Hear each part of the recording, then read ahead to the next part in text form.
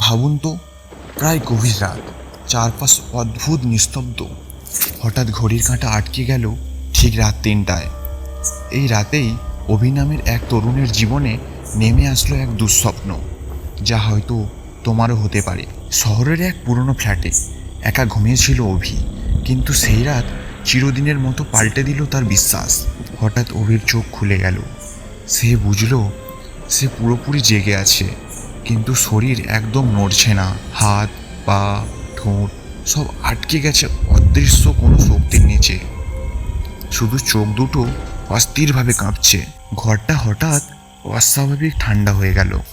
জানালার কপাট আধ খোলা, বাইরে হাওয়া বইছে অদ্ভুত সুরে, আর সেই হাওয়া ভেতরে ভেসে এলো ভয়ঙ্কর ফিসফিসানি।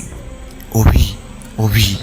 অভির বুক ধকধক করছে, গলা শুকিয়ে কাঠ হয়ে গেছে। হঠাৎ অভি অনুভব করলো কিছু একটা তার বুকের ওপর বসে আছে। শ্বাস নিতে কষ্ট হচ্ছে।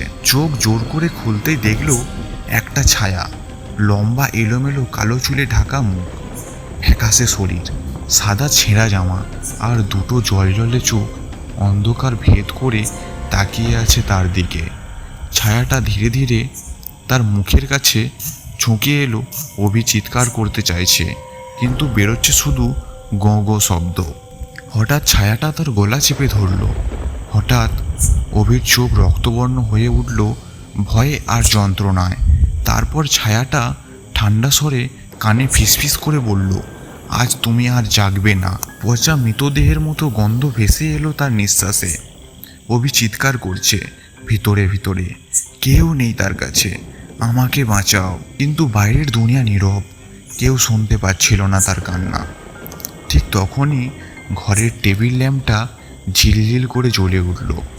আলোর ঝলক পড়তেই ছায়াটা চিৎকার করে মিলিয়ে গেল। অভি হাঁপাতে হাঁপাতে উঠে বসল।